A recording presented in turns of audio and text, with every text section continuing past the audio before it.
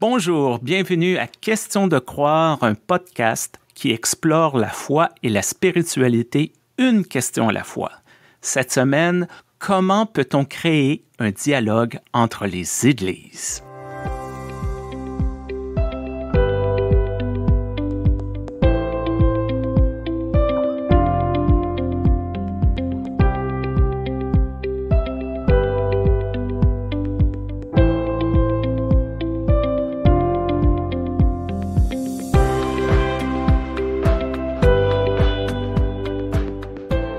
Bonjour Stéphane, bonjour Claudia, quelle joie de te retrouver ici.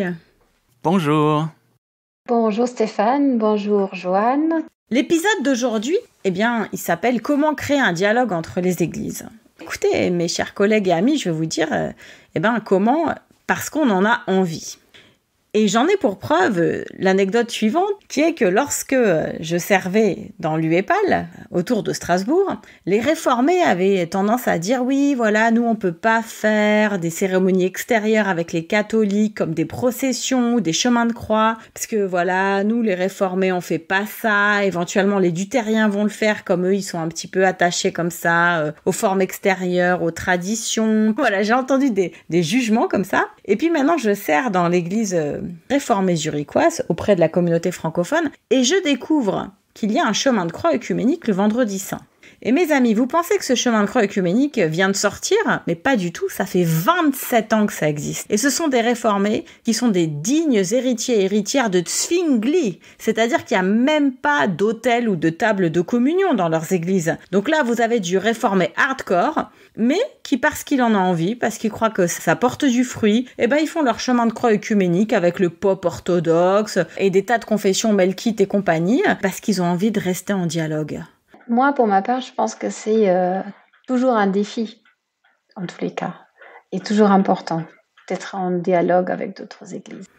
Mais toi, Claudia, c'est parce que tu parles depuis la Seva. D'ailleurs, tu veux nous en dire un mot?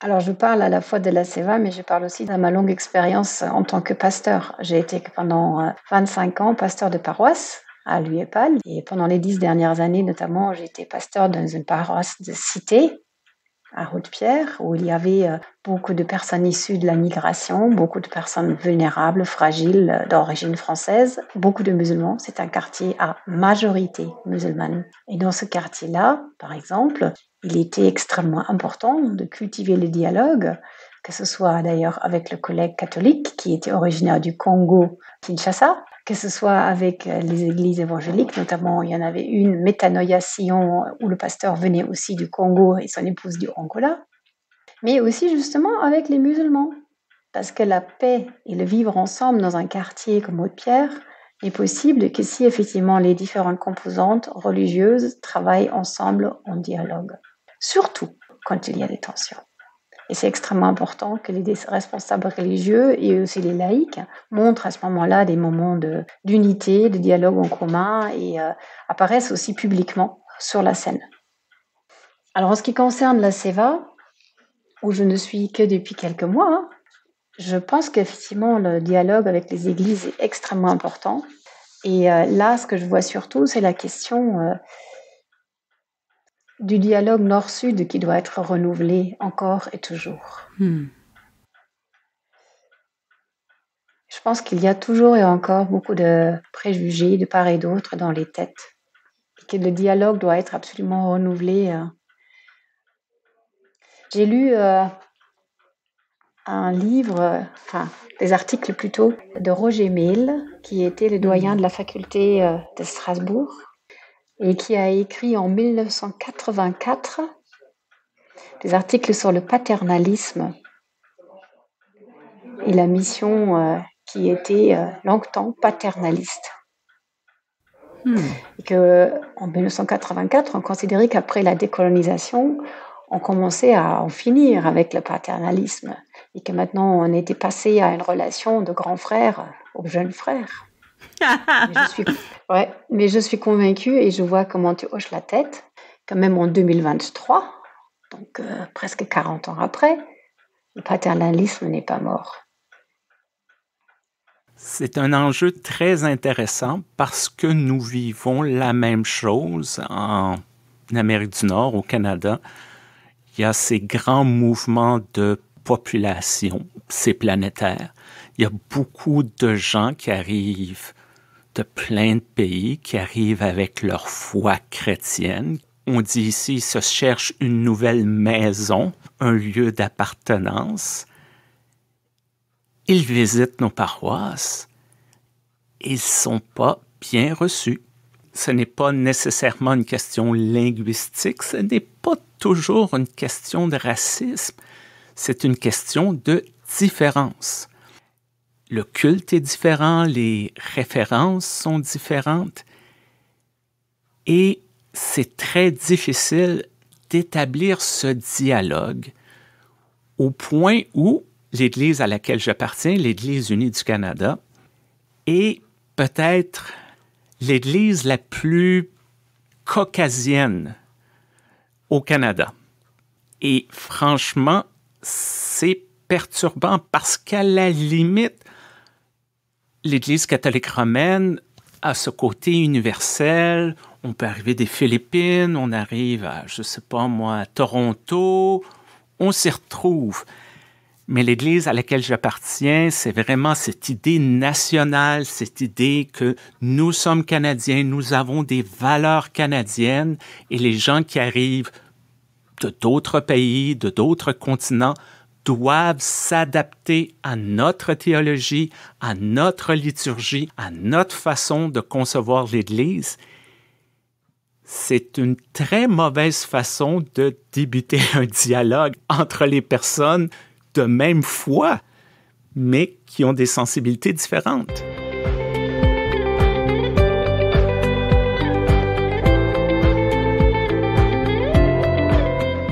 J'ai réfléchi un petit peu pour préparer la rencontre avec vous aujourd'hui.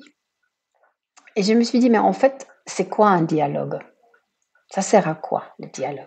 Alors, je vous rappelle, puisque nous sommes des théologiens, le dialogue vient du grec, avec le préfixe dia, à travers, et logos, la parole, la raison, le verbe. Et donc, un dialogue, dans un premier temps, c'est autre chose qu'un débat ou une discussion. C'est peut-être intéressant de réfléchir, parce qu'il veut parler avec sagesse, exactitude, avec raisonnement et discernement. Et un vrai dialogue, il n'a pas le but de convaincre l'autre à son point de vue. Donc le sujet en tant que tel n'est pas vraiment le cœur du dialogue, mais le dialogue, il est là pour que chacun soit transformé dans son être, en toute liberté. Et il demande l'écoute active, une humilité sincère et le respect mutuel. Je trouve ça intéressant de partir de cette idée-là, parce que donc le coup, quand je pars sur cette réflexion, ça me permet de dire, je peux dialoguer aussi avec des personnes qui ont des points de vue différents, une culture différente, même une foi différente. Je vous ai parlé tout à l'heure des musulmans à Haute-Pierre, mais avec l'écoute, l'humilité et le respect, je peux avancer avec eux et eux avec moi. J'aime bien cette idée de s'extirper d'un système de pensée binaire. C'est l'un ou l'autre. Quelqu'un a raison ou la personne a tort. C'est trop facile. Je comprends qu'on aime nos églises, on aime nos institutions parce qu'on y est attaché, on a une histoire, on a des liens spéciaux. Mais ça n'enlève absolument rien de dire cette personne-là a un point de vue, peut-être pas le mien, c'est peut-être pas ma tasse de thé, mais je reconnais quand même une certaine présence de l'esprit. Je reconnais quand même que cette personne essaie de faire le bien. Je reconnais quand même qu'il y a cette étincelle de foi qui est là. Pourquoi pas passer quelque temps ensemble si les deux parties sont intéressées d'entrer dans cette danse? C'est toujours ça le problème. Mais pour ça, c'est hyper intéressant d'avoir ton témoignage, Claudia, parce que si je me trompe pas, tu as passé quelques mois dans l'église luthérienne du Sénégal et c'est une église qui n'ordonne pas les femmes. Et là-bas, tu as noué des liens et on t'a finalement accepté comme femme pasteur. Et pour moi, ça, c'est vraiment une crispation, une difficulté que j'ai avec les églises qui n'ordonnent pas les femmes. Il est vrai que pour l'instant, l'église luthérienne du Sénégal n'ordonne pas les femmes. Ce n'est pas du tout une question dogmatique, c'est purement une question de contexte culturel. J'ai eu une longue discussion avec le président Latyr Diouf là-dessus, l'été dernier d'ailleurs, parce qu'il y a des jeunes femmes qui font des études de théologie, ils ont des théologiennes, ils ont des femmes qui travaillent par exemple dans la catéchèse, qui font du matériel comme chez nous Laurence Gangloff par exemple. Il y a des femmes qui sont responsables de tout ce qui est œuvre des femmes, des promotions pour des femmes, automisation des femmes, etc. Donc il y a vraiment un travail énorme. Pourquoi est-ce que l'Église luthérienne du Sénégal n'ordonne pas les femmes? Parce que le Sénégal est un pays à 95% musulmans. Il n'y a aucune femme responsable d'une mosquée. Les femmes n'ont pas le droit de participer dans le culte musulman à l'enterrement. On est dans quelque chose de très culturel. Je suis convaincue que l'Église luthérienne est un chemin et elle essaye de tout faire pour que les femmes puissent avoir une place plus grande et de plus en plus aller vers l'ordination. Mais ces choses prennent du temps quand on est dans un pays musulman. Et en plus de cela, le Sénégal est un pays où il y a la cohabitation pacifique entre les musulmans et les chrétiens. À l'intérieur de la même famille, tu as un frère qui est catholique et un frère qui est musulman, par exemple. Ils fêtent ensemble l'Aïd al-Fitr et ils fêtent ensemble Pâques, ça passe pas de problème.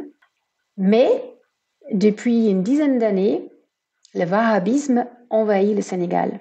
Ce qui est un problème supplémentaire parce que l'argent vient de l'Arabie Saoudite et du Qatar pour construire des mosquées, pour construire des puits dans les villages. Et donc, une forme de radicalisation de l'islam est à observer actuellement au Sénégal. Dans ce contexte-là, l'ordination des femmes est doublement compliquée. Ouais, mais tu vois, Claudia, on te dit ça et c'est pas faux. Et en même temps, il m'est arrivé une autre anecdote quand j'étais à Madagascar.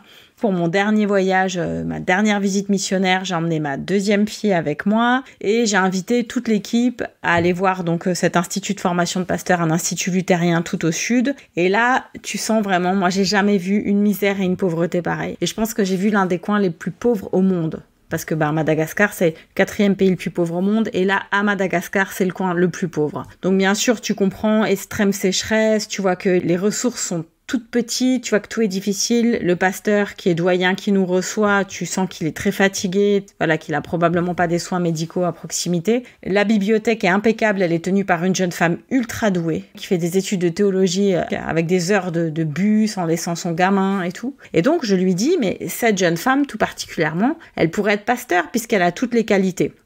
Et là, il me dit, mais culturellement, ça va être difficile parce que on peut pas laisser des femmes partir seules en brousse. Ça se fait pas chez nous. Et nous, on le regarde et on lui dit, mais comment ça se fait que la FJKM, les réformés, ils ont des femmes pasteurs qui partent en brousse et c'est le même pays? Parce qu'en fait, lui, son argument, c'est que l'ordination des femmes n'est pas possible chez les luthériens à Madagascar, mais c'est pas théologique. C'est une question culturelle. Et quand on lui a répliqué qu'en fait, ça marche pour les pasteurs réformés, elles courent des risques quand elles partent en brousse. Donc elles partent avec des hommes, elles partent armées, elles évitent de voyager la nuit, elles courent des risques d'être kidnappées essentiellement, peut-être violées aussi. Et il savait pas quoi nous répondre parce que son univers culturel était tellement restreint vu sa situation que on lui avait dit c'est pas théologique, c'est culturel. Lui, il s'était dit parfait, impeccable. Là, j'ai un argument. Si on me demande, s'il y a des blancs qui passent par là, qui me demandent, je sais quoi répondre. Et en fait, quand on l'a juste challengé, il était même pas au courant. Et il est doyen d'un institut de formation de pasteur. Donc moi, je me dis, tu vois, on revient à ma petite anecdote de début entre les réformés de Strasbourg qui disent qu'il peut pas faire les mêmes trucs que les autres. En fait, tout ça, c'est aussi une question de dialogue, de se tenir informé et d'oser arrêter de se cacher derrière les questions culturelles aussi. Après, il y a des questions politiques qui nous dépassent, ça c'est clair. Mais néanmoins, attention à pas se cacher derrière son petit doigt en disant que c'est culturel.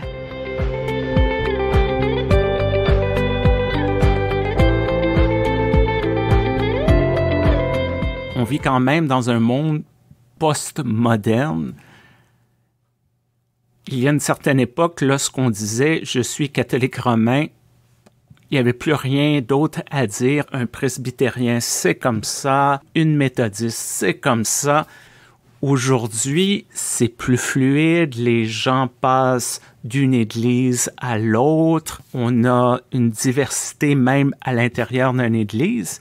Ce qui m'emmène parfois à me demander, est-ce que ces grands regroupements qui datent d'il y a quelques siècles, sont encore pertinents aujourd'hui, pas pour tout jeter par terre, mais moi, d'expérience, j'ai eu de meilleurs contacts, de plus grandes affinités avec des imams que des pasteurs de mon église, parce qu'on était tous les deux plus libéraux, plus progressistes, on se rejoignait, on était capable d'établir un certain lien que les gens qui sont supposés d'être exactement comme moi, issus des mêmes collèges théologiques, et ainsi de suite, on est à des années-lumière. Ce que vous dites, Stéphane, me fait penser à quelque chose. Ma maman me disait toujours, mais Claudia, tu sais, les gens qui sont bien formés, bien informés, qui sont ouverts d'esprit, ils s'entendront toujours, quelle que soit leur religion ou leur non-religion. Ce n'est pas une question de foi uniquement, c'est une question d'ouverture d'esprit et de niveau d'éducation. C'était le point de vue de ma mère, qui n'est pas théologienne pour un rond. Mais voilà, ça rejoint ce que vous dites par rapport à l'imam. Et c'est ce que je constate aussi très souvent dans d'autres éléments. Mais il me paraît vraiment important ce que disait aussi Joanne tout à l'heure, la question du cadre des églises. Alors, au niveau de la CEVA, nous avons des églises baptistes, méthodistes, réformées, luthériennes, qui font partie de cette communauté. Nous n'avons pour le moment pas d'église pentecôtiste. Et c'est donc clairement des ecclésiologies qui sont précises, qui sont connues et avec lesquelles on peut être d'accord, pas d'accord, mais entrer en dialogue dans le sens de ce que je disais au début. On peut s'interpeller, s'interroger, cheminer ensemble. Chacun a certainement une part de vérité dans sa foi et dans sa façon de faire. Moi, je n'ai pas toute la vérité et l'autre, il est tout faux. J'aimerais vous demander, est-ce qu'on est obligé d'être en dialogue avec d'autres églises? C'est une question très intéressante. Je connais des gens qui sont convaincus que ce n'est pas nécessaire. Moi, je suis convaincue que si, pour une raison très simple. Nous sommes tout d'abord des citoyens d'un même pays, en France, par exemple. Et avant d'être membres d'une église, nous allons dans les mêmes supermarchés, nous avons les enfants dans les mêmes écoles, nous avons peut-être les mêmes activités sportives, nous nous retrouvons dans une chorale ou je ne sais pas quoi. Nous allons ensemble à l'opéra. Nous sommes d'abord des êtres humains qui ont des activités humaines, des familles, des soucis, etc. Et nous vivons parfois des drames ensemble. En France, il y a eu quelque chose comme Charlie Hebdo, le Bataclan, le terrorisme à Nice. Ça nous a frappés tous, indifféremment, qu'on soit musulman, chrétien catholique, protestant, athée. Et donc, s'il n'y a pas de dialogue entre les différentes églises pour ensemble faire face à de telles horreurs, la société, elle explose en miettes. Moi, je suis hyper d'accord avec Claudia sur l'importance de prendre le terme américain community. On fait partie de la même community, même si c'est pas une communauté religieuse, c'est une communauté de vie. Ça veut dire aussi que ce qui arrive à ta voiture m'impacte parce que voilà, si je vois des gens rôder autour de ta voiture, ça me concerne. Et ça c'est le truc que j'ai retrouvé à chaque fois que je suis allée en visite en Afrique et à Madagascar et un peu ailleurs aussi. C'est ce concept de communauté que moi j'ai connu très forte petite en Espagne quand j'allais dans ma famille ou passer des mois chez ma grand-mère ou quoi. On se mêle un peu de la vie des voisins et c'est normal au fait. Il s'agit pas de les envahir, il s'agit de prendre soin de la communauté. Et ça, c'est un truc qu'on a beaucoup perdu en France et puis en Suisse, c'est encore une autre question culturelle. Puis je suis pas suisse donc je vais pas parler à leur place. Et après, il y a le deuxième niveau qui est que moi, mon aiguillon, c'est si j'ai un projet. Donc moi, tant que j'ai des projets avec les gens, je suis d'accord de bosser avec eux et elles et je suis d'accord de dialoguer. Mais si j'ai pas un vrai projet, si j'ai pas un truc qui nous unit, j'ai pas envie de me coltiner leur théologie toxique. Ça, c'est niette. Et je leur dis honnêtement, écoute, si tu veux, on fait un projet ensemble. Mais dialoguer pour dialoguer, alors que dans le fond, tu veux pas accueillir les homosexuels, tu veux pas ordonner les femmes ou tu veux pas les laisser prêcher, t'es à fond pour une structure pyramidale et patriarcale, moi je suis pas à l'aise. Maintenant, si tu veux qu'on fasse un projet, je suis là et je serai toujours là parce que c'est l'église du Christ. Mais le problème, c'est que si toi tu pars du principe qu'elle t'appartient et que moi du coup je suis à ton service, alors c'est pas possible parce que moi je suis au service de personne d'autre que Jésus. Et donc moi je suis pas intéressée de dialoguer sur des fausses bases. Par contre, faire un projet ensemble et grandir là-dedans, et moi apprendre des choses et toi apprendre des choses, je serai toujours là, parce que c'est mon appel, tu vois. Donc, tu vois, je dis à la fois oui et à la fois non. Il y a des moments où je vais poser des noms clairs et nets. Et je pense que c'est des noms qui sont bons dans le sens où il faut pas encourager les gens à être toxiques. Il faut pas les encourager à maintenir des systèmes toxiques. Et donc, j'arrive à me défaire de mes privilèges quand je dis ça. Je le dis parce que ça doit rester toujours notre horizon. Et ça, il y a trop de personnes qui confondent église et pouvoir. Et partout, hein, ça n'a rien à voir avec une confession ou un pays. Ce serait trop facile. Oh punaise, si on pouvait dire c'est dans tel pays, dans telle confession le problème, vous voyez, on pourrait vite régler le problème. C'est également répandu sur toute la planète. Tu touches un très bon point, Joanne. Il faut apprendre aussi à se protéger. C'est bien s'ouvrir à l'autre, mais si, comme dans toutes sortes de relations, professionnelles, intimes, religieuse, si l'autre est là pour nous blesser, il n'y a rien de bon qui sort de ça. Je peux comprendre que c'est pas tout le monde au premier moment qui est dans l'ouverture et dans la joie et dans la rencontre. Mais je pense que le dialogue sincère implique une notion de respect, de confiance, et on ne peut pas avancer lorsqu'une personne est fermée. On ne peut pas avancer lorsqu'une personne veut nous attaquer. Je vois ça un peu comme une main tendue. Tu veux la prendre, tu veux cheminer avec moi, c'est bien. Tu veux pas, tant pis, c'est ta perte. Mais parfois on se dit, mais si on ne fait pas de dialogue entre les églises, on n'est pas vraiment de bons chrétiens. Moi, je dirais, c'est peut-être pas le résultat, c'est encore une fois, c'est le processus. Il y a aussi des gens et des églises qui aujourd'hui ne sont pas ouvertes, mais qui demain le seront, parce qu'il y a quelque chose qui s'est passé chez eux, dans leur communauté ou dans le pays où ils vivent, etc. Quand j'étais pasteur à Haute-Pierre, j'avais dans ma communauté des personnes qui suivaient des cultes en ligne, mais des cultes d'une église pour laquelle je ne pouvais vraiment pas adhérer. Et on a eu des discussions assez âpres. Et il y a eu une rupture. Les personnes ont quitté la paroisse où j'étais.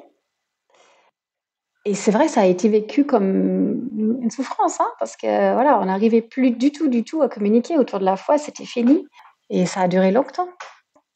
Mais vers la fin, quand je suis partie, il y a eu de nouveau une ouverture. Voilà, des choses sont aussi parfois liées à des histoires personnelles. Je pense que dans des situations comme ça, pour moi, ce qui était important, c'est de continuer à porter les personnes dans la prière. J'aurais juste une phrase encore à vous proposer, si vous voulez bien, de David Bosch, qui était sud-africain. Et par rapport à la question du dialogue avec une autre église, il a écrit « Je suis à la fois chez moi, quand je vais dans une autre église, et un étranger dans cette église. Que je ne oublie pas que je suis un invité et que je me conduise en conséquence. » C'est sur ces belles paroles de sagesse que nous allons conclure cet épisode sur le ou les dialogues entre les églises.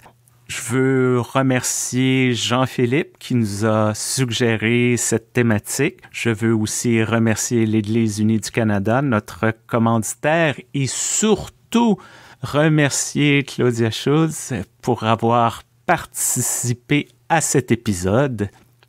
Et salutations à la Seva, à toutes les églises membres et bien sûr, bon préparatif pour tout ce que vous avez apporté dans les prochains mois.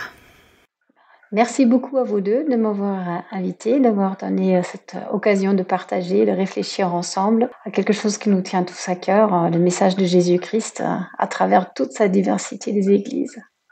Vous trouverez un lien Internet de la Seva dans la description de notre épisode si vous voulez en apprendre plus. Peu importe la plateforme sur laquelle vous nous écoutez, n'oubliez pas d'aimer, de vous abonner, de partager. Si vous avez des commentaires sur cet épisode-là, on veut vous entendre. questiondecroire@gmail.com. À très bientôt, Joanne. À très bientôt et écrivez-nous. Salut, Claudia. Au revoir, Joanne. Au revoir, Stéphane. Au plaisir.